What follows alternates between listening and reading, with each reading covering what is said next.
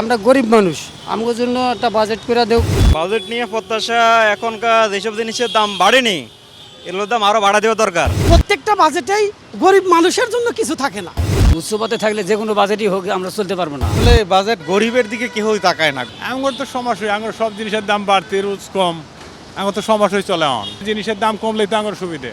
উচ্চপথে থাকলে যে কোনো বাজেটই হোক আমরা চলতে পারবো না। আসলে বাজেট গরিবের দিকে কেউই তাকায় না। ওই বড় লোকের যা আছে বড় লোকেরটাই সবাই দেখেন, যে আমাদের এখন যে সবকিছু দ্রব্যমূল্য ঊর্ধ্বগতি, চাল ডাল তেল লবণ, এই জিনিসগুলো ট্যাক্স কমাই দেওয়া উচিত।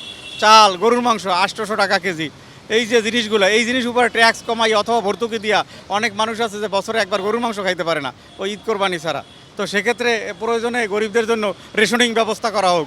এই দিকে ভর্তুকি দিয়া, টিসিবির পণ্যে ভর্তুকি দিয়া, প্রয়োজনে প্রতি ওয়ার্ডে একটা দোকান করা হোক বাজেটের মাধ্যমে, কিছু ভর্তুকি দিয়া ওখান থেকে অন্তপক্ষে যারা একেবারে গরিব তারা যেন মাসে 1 কেজি গরু মাংস কিনতে পারে। লক্ষ কোটি টাকার বাজেট, এটা সাধারণ একটা পাবলিক কি বুঝে? এ তো কিছুই বুঝে না যে এই বাজেটটা আমার কি উপকার করছে, বাজেটের আওতায় কতক্ষণ পর্যন্ত আমরা পড়েছি, এটা এরা সাধারণ পাবলিক কিছুই বুঝতে পারতেছে না। কাজে ওটা যদি সরলীকরণ করে যে হ্যাঁ এই গরিব মানুষের জন্য বাজেট এত এত টাকা বাজেট বরাদ্দ আছে, এদের এই যে গরিবত্ব নিরসনের জন্য তাদেরকে এগুলা প্রদান করা এবং দেখা, সুষ্ঠুভাবে তাদেরকে দেখভাল করা, এগুলি করলে তাহলে আমাদের অনেক সুবিধা হবে।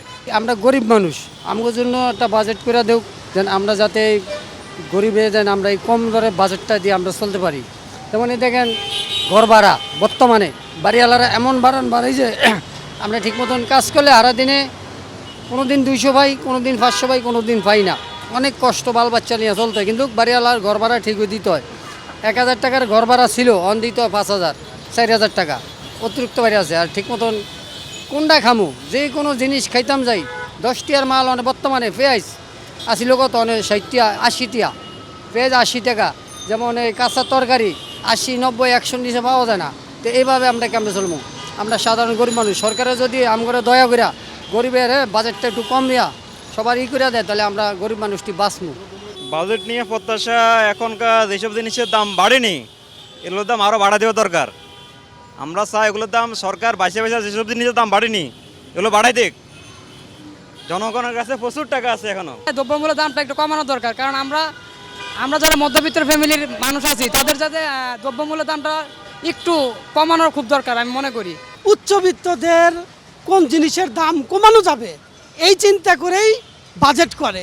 যেই সরকারই আসুক না কেন, প্রত্যেকটা বাজেটেই গরিব মানুষের জন্য কিছু থাকে না। চাউল ডাউল তেল এগুলা হতেছে নিত্য প্রয়োজনের জিনিস। এগুলা সারা বাংলাদেশের মানুষ প্রতিদিন ঘুম থেকে উঠেই ব্যাগের থলি হাতে ধরায় দেয়, গৃহিণী যাও বাজারে যাও। কিন্তু যে বাজার করে, যে ইনকাম করে, সে বোঝে যে আসলেই বাজারে গেলে মানুষের কি হাল অবস্থা।